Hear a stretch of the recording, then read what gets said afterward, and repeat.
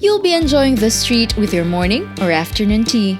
Learn how to make cherry chocolate chip scones with this quick and easy guide brought to you by recipes.net. Preheat the oven to 425 degrees Fahrenheit. In a bowl, add the Bisquick pancake and baking mix, dried cherries, chocolate chips, granulated sugar, heavy whipping cream, and egg.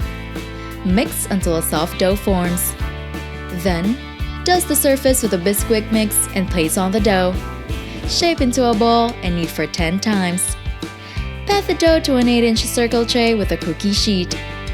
Brush the dough with milk and sprinkle it with granulated sugar.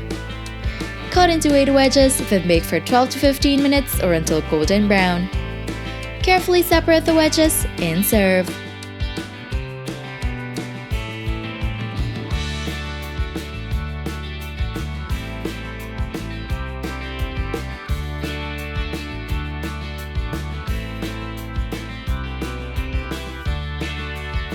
Don't forget to hit like, subscribe, and turn on that notification bell to catch more easy and tasty dishes to try at home.